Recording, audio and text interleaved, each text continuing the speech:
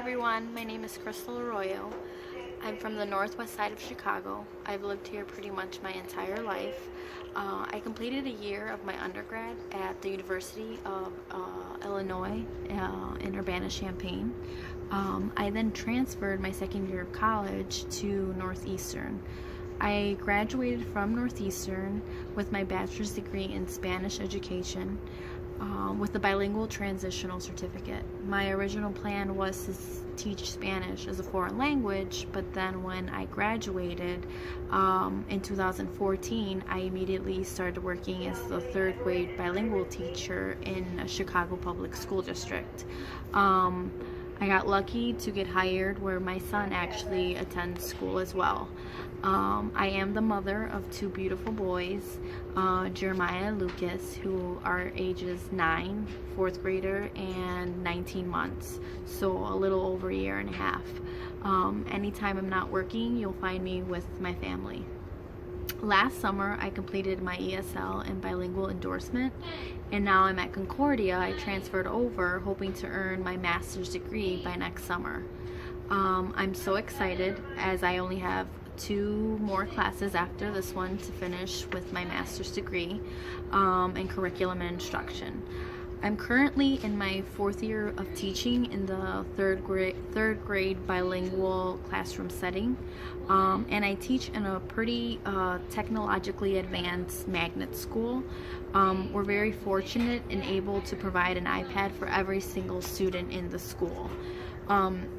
Our school is also very fortunate to have several resources, many of which require iPads. So the students use their iPads on a weekly basis, if not daily. One resource that students use is eSpark. eSpark is very big in our school. eSpark is an app that collects students' NWEA map scores and then uses their scores to create lessons based on their target, which is the area that they needed the most growth in. So it's very differentiated for each student based on their map scores. It's very fun, it's engaging, they play games, they have lessons for them based on first they teach them the lesson, then they have games based on the lesson that was taught. So it's very interactive and it keeps the kids very engaged while learning the content that they need to grow in their map NWEA test. We also use a website called iExcel, which has a reading and math practice that's aligned with the Common Core. This is a very useful website and app where students have extra practice after each lesson after we complete in reading and in math. So everything is aligned to what we use in the curriculum. It has several practice that ranges from grades kindergarten all the way through 12th grade. So if a student feels that they're not being challenged enough in their grade level, they can move forward.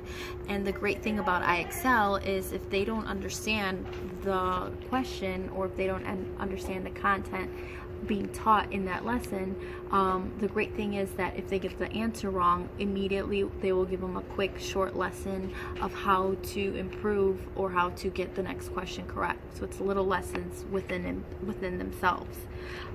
We also have Promethean boards in every single classroom. I do most of my instruction on the Promethean board, which includes a dot camera. So on the dot camera, I display my notes where I write and then they write. And I also incorporate videos, flip charts. It's also very engaging, and we use the Promethean boards a lot in the school. For our reading, Basel, and our math curriculum, our books are all accessible online. So therefore, thinkcentral.com is another website where students take their weekly reading test. So we teach the lessons throughout the week, and every Friday they take a test, and on the test is taken on Think Central. I think that this is really good practice to take an online test because their map test essentially is also online. So it's good preparation for when they take the map test.